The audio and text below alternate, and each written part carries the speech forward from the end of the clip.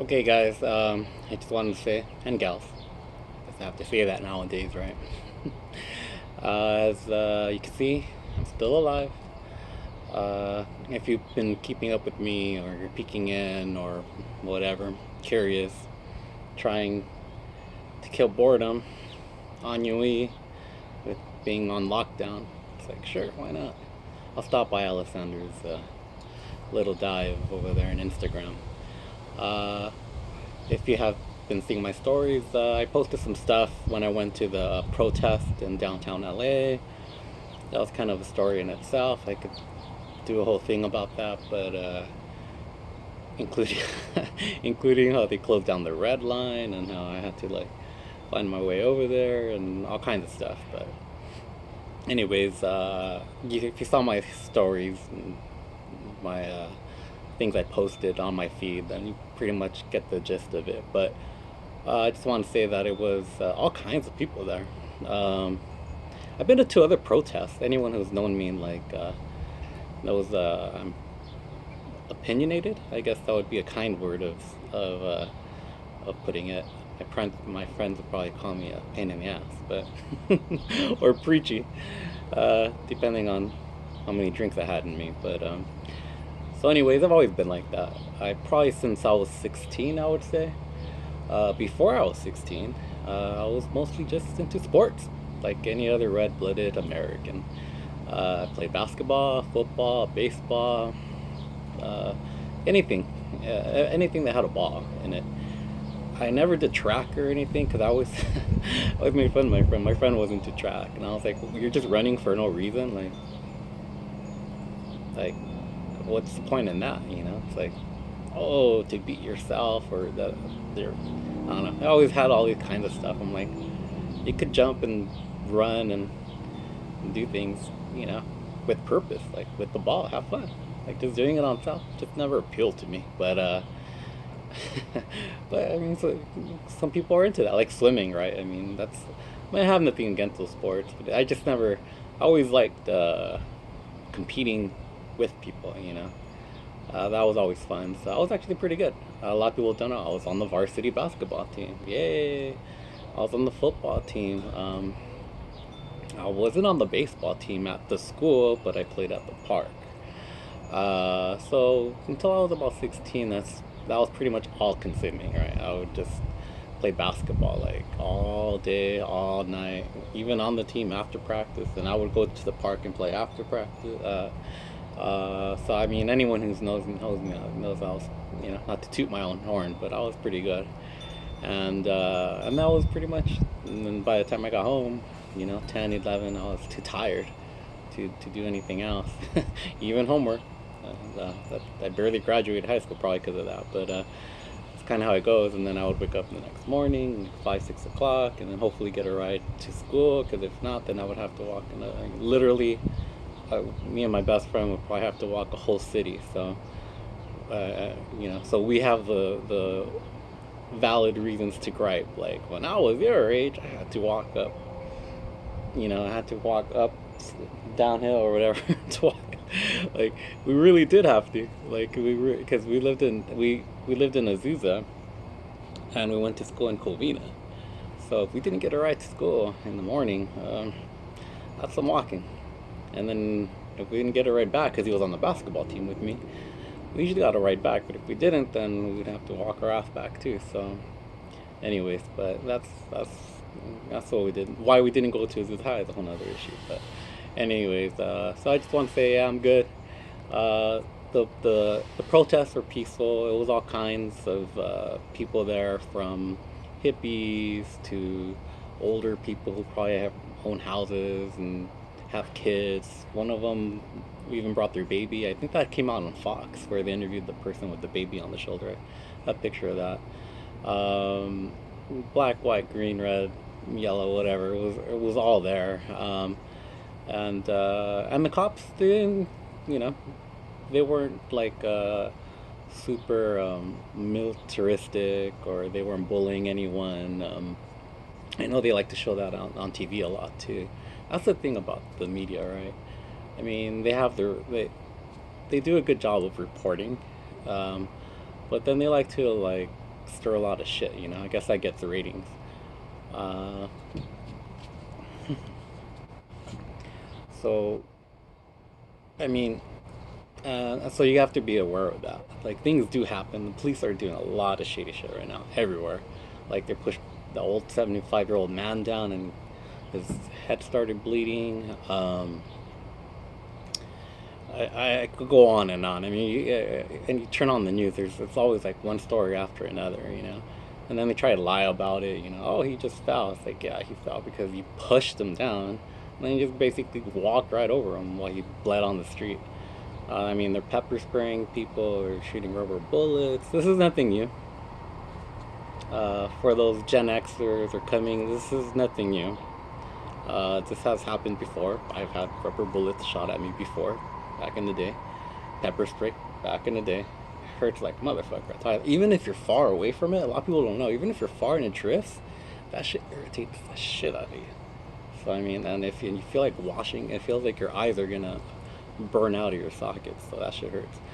I mean, I've seen grown men just go on the floor and almost like cry. You know, like it's just that shit's no joke.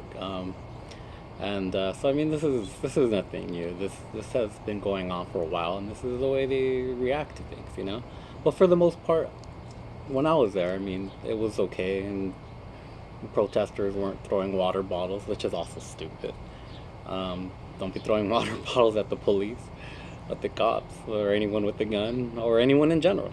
You know, that's just dumb. I've seen it, and it happens. It's just mob mentality. Like I went to the Laker parade, you know, and they were going on to the Coliseum, and people were gathering, and Kobe, rest in peace, and Shaq, and they were, you know, on a bus and doing their thing, and then what happens is the police were coming down on horseback, and then idiots would just start throwing water bottles at them. It's like, why?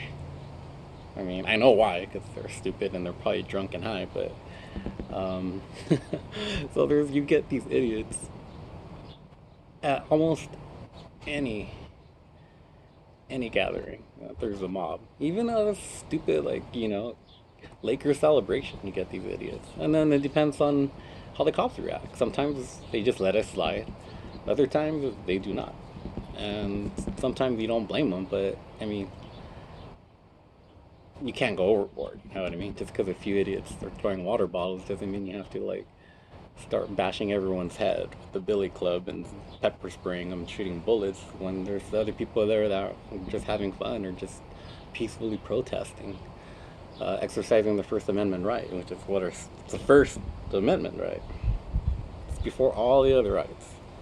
So we're just exercising that. If we don't have that, we don't have the United States. We don't have this. We don't have this dream. We don't have this experiment. We don't have nothing. We're just like every other country that rose and fell in the history of man. Like, and without the First Amendment, without the Constitution, without the right to peaceful assembly, without the right to report what's actually going on, and not getting it filtered or censored or any of that, then we might as well we're nothing. We're just another Russia, another Rome, another Greece, another Egypt, another China. Just we're nothing. Nothing separates us. Nothing makes us exceptional as we'd like to think we are, as we're striving to be.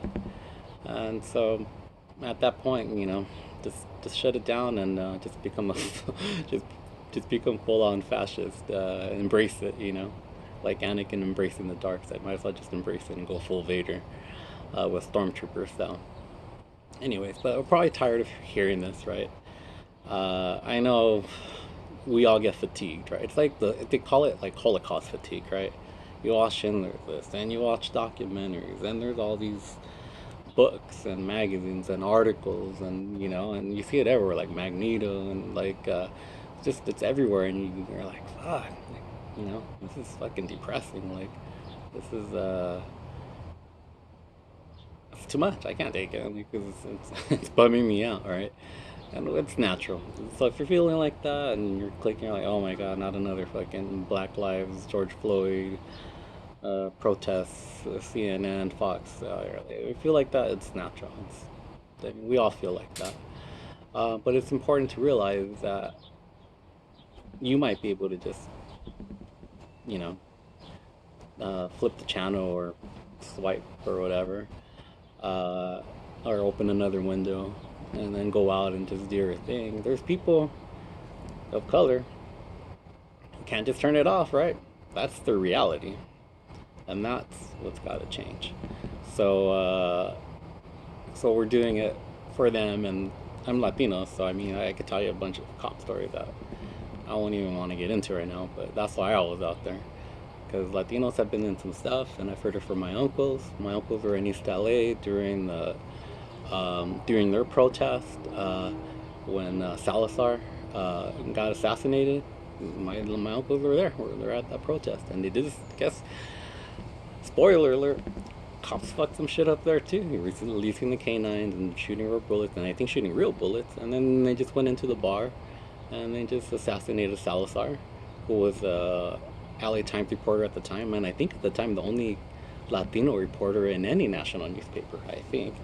And he was highly critical of the cops and the chiefs and the mayors and the institutions and all the racial injustice back in the days. So the cop just went in there and shot him. Boom. So this is not only just the black community, this is happening in the brown community. Anyone who's grown up in it, as I have, East LA, East Lake, Lincoln Heights, I moved all over, but downtown LA. Uh, this is nothing new. This has been happening for a long time, and for those wondering, like, oh, that's Salazar Park. Now you know why it's called Salazar Park. Before he got blasted by the police, which I don't even think they held those guys accountable. Uh, it was called Laguna Park, I think.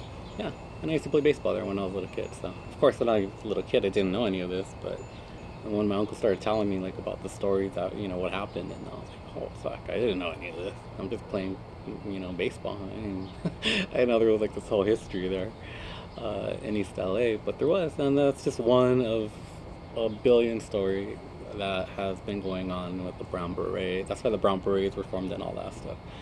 Uh, so now a little backdrop as to why I probably am the way I am. And it's not like to be woke or anything like that. I mean, the word woke didn't even exist when I was growing up. So it's just I just think it's basic common decency, empathy, acknowledgement. None of us are perfect.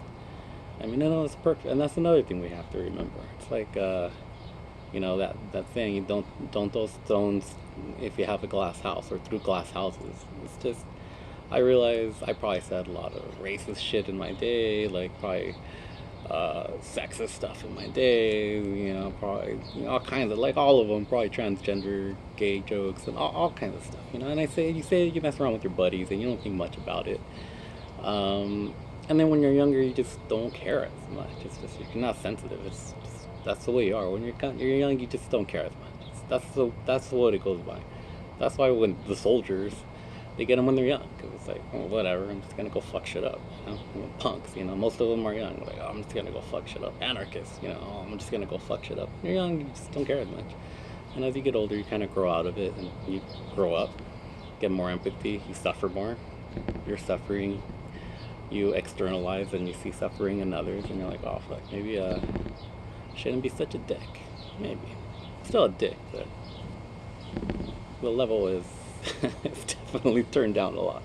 But no one's perfect. Life is a journey, right? It's not the same person I am now than I was 5, 10, 20 years ago. And I probably won't be 5, 10, 20 years from now, hopefully. And hopefully I don't regress. Hopefully I attain more wisdom and compassion and knowledge and empathy and all that good stuff, and not get crippled by hate, prejudice, closed-mindedness, and all the negative stuff. So, and that's something that the protester or activist or woke person or social justice warrior, I don't know, whatever term you want to call it, something we have to remember, right? Not to judge people too harshly. Sometimes people fuck up, When someone cuts you off, it's probably a good thing there's not cameras and someone posting what you're gonna see on YouTube, right? You're probably seeing some pretty violent shit when someone cuts you off or doesn't let you in the lane, or or someone stares you down for no reason. Like, the but it's like, they're not gonna. You're human. You're gonna have moments, and it's just about kind of getting over those moments and getting over our own kind of struggles, demons, prejudices, all that stuff that we inherited or that we just naturally have. Just get over it and just kind of work through it. That's it. So, anyways, I was saying that you're probably tired about all that stuff, and here I go, right? It's like, fuck, I'm tired of your ass later. But I just want to share that it was mostly peaceful in my instance. Everyone was there. Everyone was angry, but in control. The cops were in control. There was nothing out of control. However, if you're gonna go protest, I would recommend going before it gets dark, because when it gets dark, that's when other shit pops out, and that's a whole nother set of people. I would say those are probably the anarchists. I call them libertarians without jobs. They have their own agenda. They say Antifa, but I don't really think so. I mean, I'm not out there looting and rioting, so I can give you like the demographics on that, but I don't really think so. I think it's mostly just anarchists, and you're gonna find them at G5s and World Trade Center meetings and anything that has to do with. They just want to fuck shit up. And then you have like the borderline Nazi skinheads with looking like they're in Dark 030 wannabe cast-offs, who are also have their own agenda. They want to start their own shit because they want to start some sort of race riot or like the Turner Diary stuff. So you got that too. So when you go protest, just go before dark, and then that's it. And then you'll be okay. If you go after dark, then you're on your own. You're starting shit, and then just be prepared. Just come prepared. And I don't know why you're doing that, but whatever. Um, so anyway, I was saying, I forgot what I was saying. Well, I was just saying that I'm probably gonna be doing more art stuff. Actually, before I started doing more Buddhist stuff, and of course all this blew up to kind of help people through the lockdown. But apparently, uh, people don't have that issue anymore because they're no longer locked down for one reason or another. And a lot of states are opening up little by little as we're finding more about COVID-19. It mostly strikes people who have underlying conditions, lungs specifically, that are older, over 75, I think. So this is different than the Spanish flu. The Spanish flu was unique in that it attacked healthy, young people. And that was kind of a head scratcher because you would assume that young, healthy people are the ones who could fight it the best.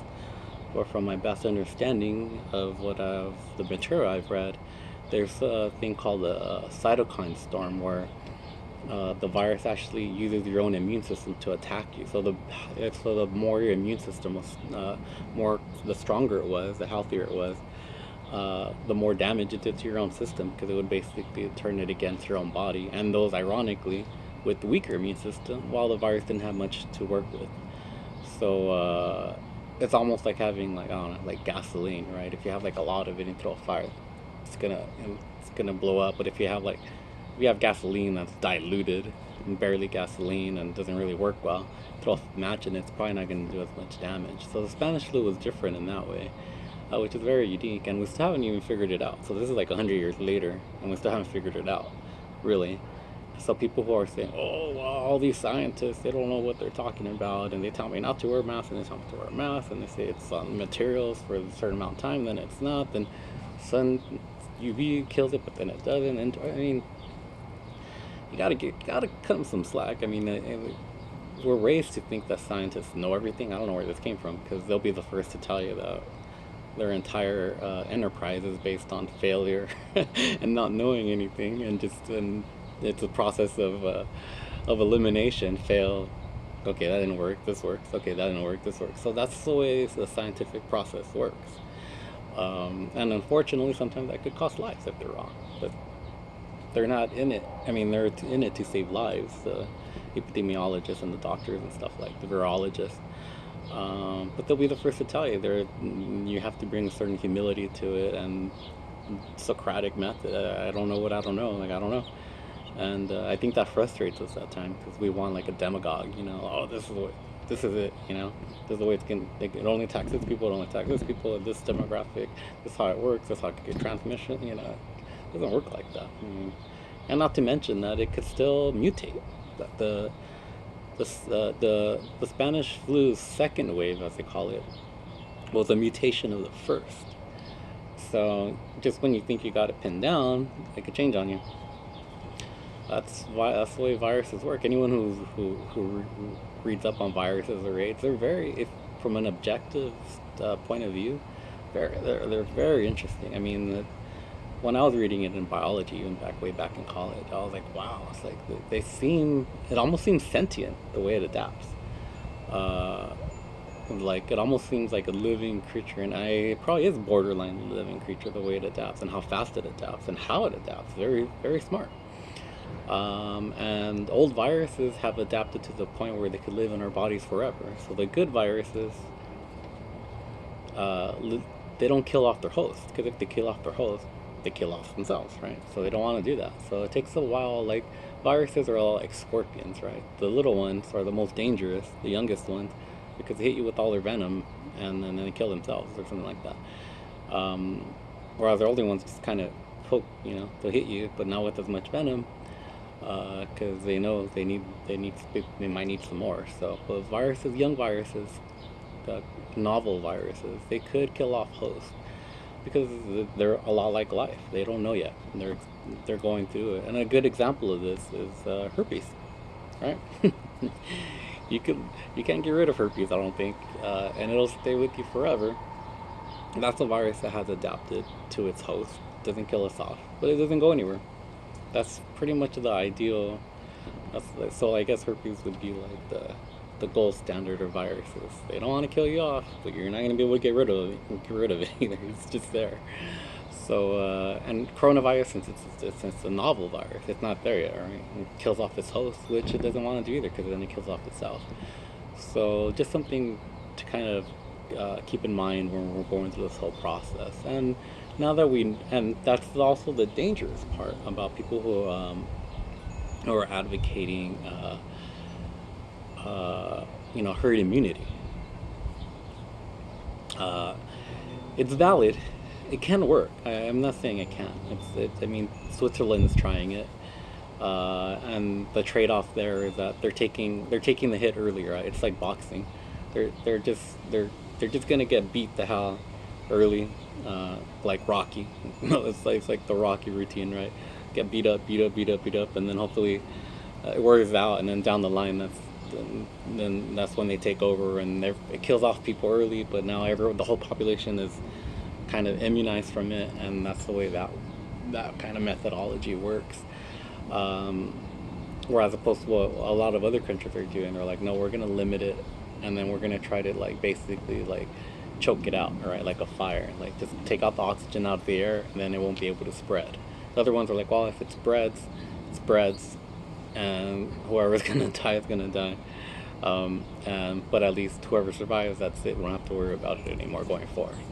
So there are two different philosophies, and well, honestly, we're gonna see which one works, right? So far, I think a new study said that the lockdown has saved millions of lives. Um, but unfortunately, our economies, we live in a capitalist society and a capitalist world, civilization. Even China's capitalist. I think the only country in the whole planet that is not capitalist is probably North Korea. Uh, but every other society, civilization, west, east, north, south, wherever, they're all pretty much capitalist mix or a mix. It's a mixed economy, but it's mostly capitalist, and that's not. That's based on consumerism. So uh, it doesn't. It's not gonna work uh, when there's no consumers. So one of these things has to give, right? And virus is like the correct probably thing is to lock it down, but the economy doesn't work when everything's locked down, even with Amazon and all that stuff. Just so that's why they're gonna slowly reopen stuff, and we're gonna see how it goes. I mean, people are wearing masks. I mean, I was just at Best Buy. People were treating it like a drive-through. I guess you order and you pick up. Target was open for some reason, but I was in and out of there, stay away from people, had my mask on, stuff like that. Put on the, you know, antibacterial soap right away. Try to stay away from people, all that stuff. So I mean, there's different ways we're gonna that we could do to kind of still stay relatively safe, and hopefully it passes. And I'm almost sure that a lot of people probably had it, and it passed, and they probably were asymptomatic.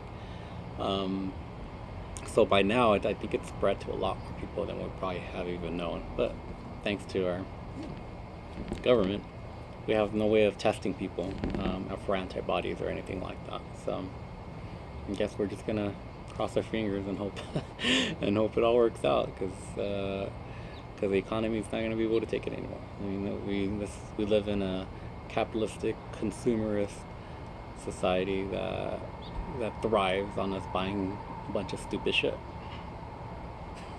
That's the way it goes. And when you remember when 9/11 hit, and GW Bush was saying, spend, it's patriotic to spend, like, holy shit. I was raised to save money, not to spend money, but now it's patriotic to spend. I mean, it's like monopoly money by now, like the deficit. I'm not even going to go into that, but so I think things are going to open up, and like I think even like next week, I think clubs and bars are going to open up, and should be interesting. Hopefully, the second wave, which everyone predicted even before all the protests and all that stuff, that was going to hit. Hopefully, it's not as bad as some models predict that it's going to be, but I guess we'll find out, right? Uh, if a lot, I think I don't think it'll overtake the hospitals. That's the main thing. It's just gotta, our hospital system has to be able to take it. So kind of slowly, drip, drip, drip. We could do that. But if it's like a tsunami, then like a tsunami, it's gonna destroy a lot of shit and overwhelm everything. And if you think shit was bad now, it's gonna be way worse if our healthcare system is just overwhelmed by the second wave. But hopefully it won't be. Hopefully people are, they are, even me, I mean, I never wore a mask in my life outside. I would see people wearing it, I'm like, damn, those people are weirdos, It's like, what, I always used to think they were germaphobes, right? Like, I remember Howie Mandel, like fist bump and stuff, and well, he was a germaphobe, but I'm like, nah. But now people, I don't know, we might even adopt the Japanese bowing and wearing the masks, and so it is. That's 2020 pretty much changed a lot, right? Wow. Who thought about that? Imagine June last year where we were at, right? Compared to June this year. It's like, you never know, right? It's a whole new world. And that's how fast things can change in this life. So it's good to have a good mind, adaptable, tough, good empathetic heart, and this is when it's good to have things besides just like the frivolous stuff of life, right? Because I mean, Netflix and Amazon Prime, they could only get you so far. After that, you better have more going on in your inner life that will get you by, right? Because it's gonna be rough for a lot of people that just rely on just frivolous, I almost want to say like hedonistic. Yeah, the birds are agreeing with me. Like just live on purely hedonistic philosophy, and that's not really enough. Right? That only goes so far. Because when you're shut down, you can't do any of that. Apparently, it's even illegal to have sex with other people now. Talk about putting a dent in someone's hedonistic life, right? But I guess that's why booze sales went up. But I digress. Anyways, I just wanted to say hello. I'm doing okay. I just wanted to report, give you more context on the protest, and also that I'm gonna probably be doing a lot more, like getting back to the poetry stuff, which is kind of like my thing. I wish I could do more of the essays and short stories I could share, but on Instagram, that's kind of it's not gonna be tenable. I don't think. It's just poems are pretty tenable. I mean, you have to get them in 15 seconds, 1 minute, or if you go live, whatever. So that's gonna be a lot harder. So, so I'm probably gonna be getting back to that. trying to do new things. I'm always expanding. I'm always experimenting. Anyone who knows me, sometimes it's cheesy, sometimes it's not, sometimes it's cool, sometimes it's yeah. But that's the way it goes. Like with science, just experiment, see what works. Sometimes it works, sometimes it doesn't. But that's the fun of things, right? Do something. If you don't fail, then you're not gonna succeed. End the story. You know. And in art, it's not even about success. It's just about creating something that satisfies you, and that you. So it's like, and it satisfies you because it's like, wow, that looks cool, right? Or, wow, that sounds cool. Man, that's something you get excited, right? Enthusiastic. It's like, wow, it's like that's something I would read, or that's something I would love to hear, or something that I would love to see like hung up on my wall or something. And that's the enthusiastic part, and that's gratifying, and that's more gratifying than paychecks or anything else, really. Uh, and so as an artist, it's good to kind of have that like enthusiasm still. And of course, there's the flip side of that where you think you're like the shittiest artist of all time and trite and cliched and all that stuff. That's part of the process too. So, but and you could probably be both in like almost like simultaneously. Like you could be excited and you're like, oh man, this crap throwing this way. So I mean, it just depends. Think, but that's all part of the process. So I'm gonna be probably sharing more of that, and hopefully you guys are holding strong, keeping through this madness. Probably don't watch CNN or NBC or Fox too much, because then you think it's like gonna be the end of the world. Like step away from that. I think someone described it as a toxic relationship.